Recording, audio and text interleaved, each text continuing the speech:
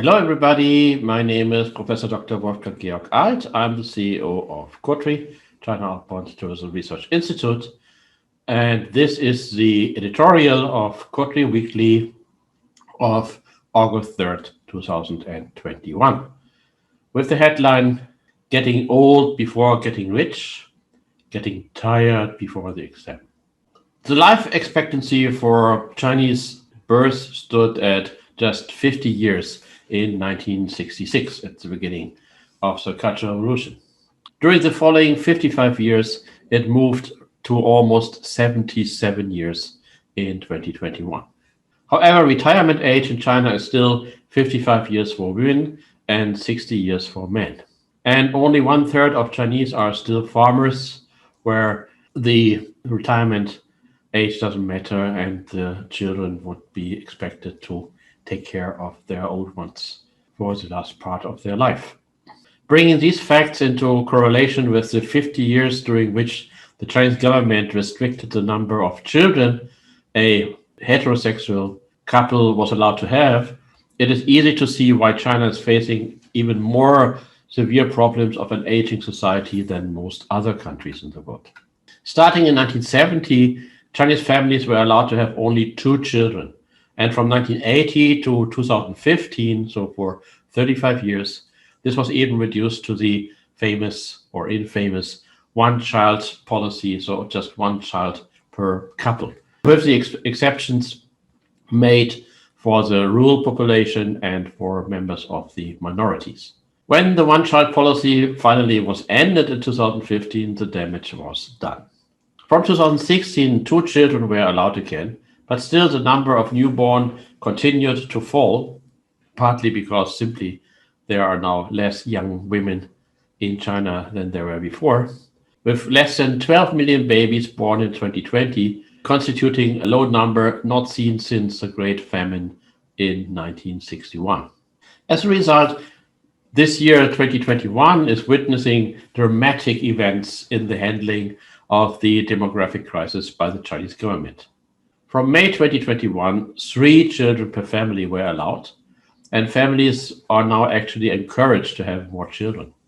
Coming into force just 2 days ago, from August 1st, 2021, a new strange compromise was published with the limit still set at 3 children, but with the explicit declaration that no punishment will be meted out if a family has more children, and no negative effects will result in terms of employment, university access to housing, access to hukou, etc.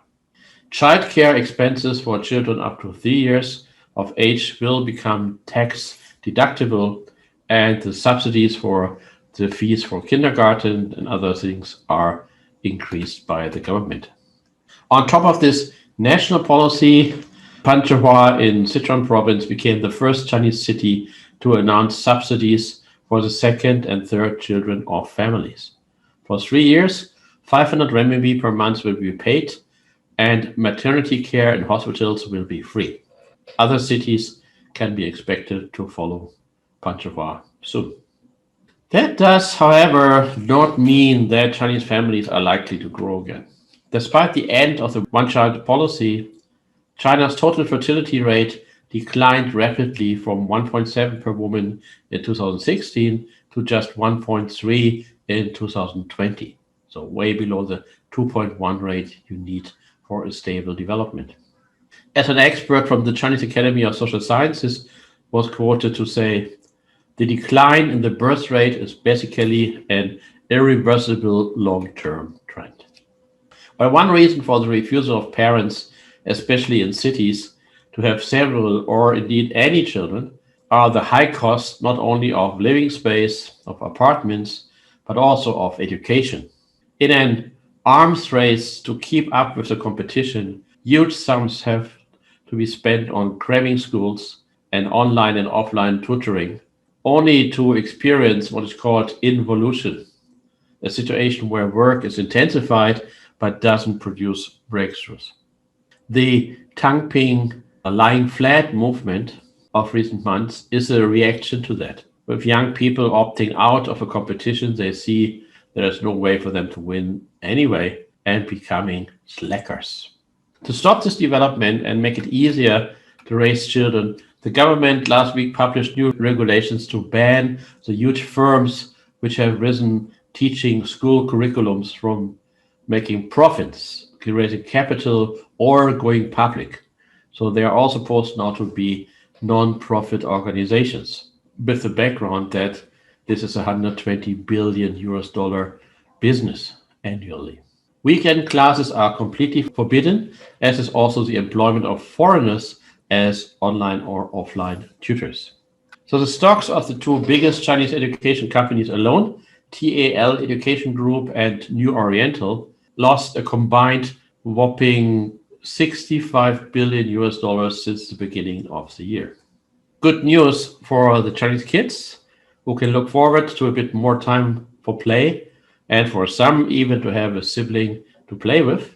But good news also for the national tourism service providers because offering educational programs to Chinese families from football summer camps to piano and language lessons and so on is now having a better chance than before to be successful. However, as long as the Gaokao national examination results are seen as deciding on the future of a teenager, it is doubtful that the maternity wards will fill up again in China anytime soon. A final remark, on Friday this week, on August the 8th, there will be the Guangzhou International Tourism Fair and COTRI conference, which starts at 7 a.m. GMT, which is 9 o'clock in the morning in Germany and 3 p.m. in the afternoon in China. The link to connect to this conference is below in the description. Participation is free of charge, so I hope you will find the time to join on Friday for this interesting conference, which will have a keynote by Dr. Taleb Rifai, who used to be the Secretary General of the United Nations World Tourism Organization, and two international panels. And also, let me mention that COTRI Weekly is taking a summer break for the month of August. So the next time we can meet in this capacity again will be on the September 7th, 2021. In the meantime, enjoy the August and stay healthy, and thank you.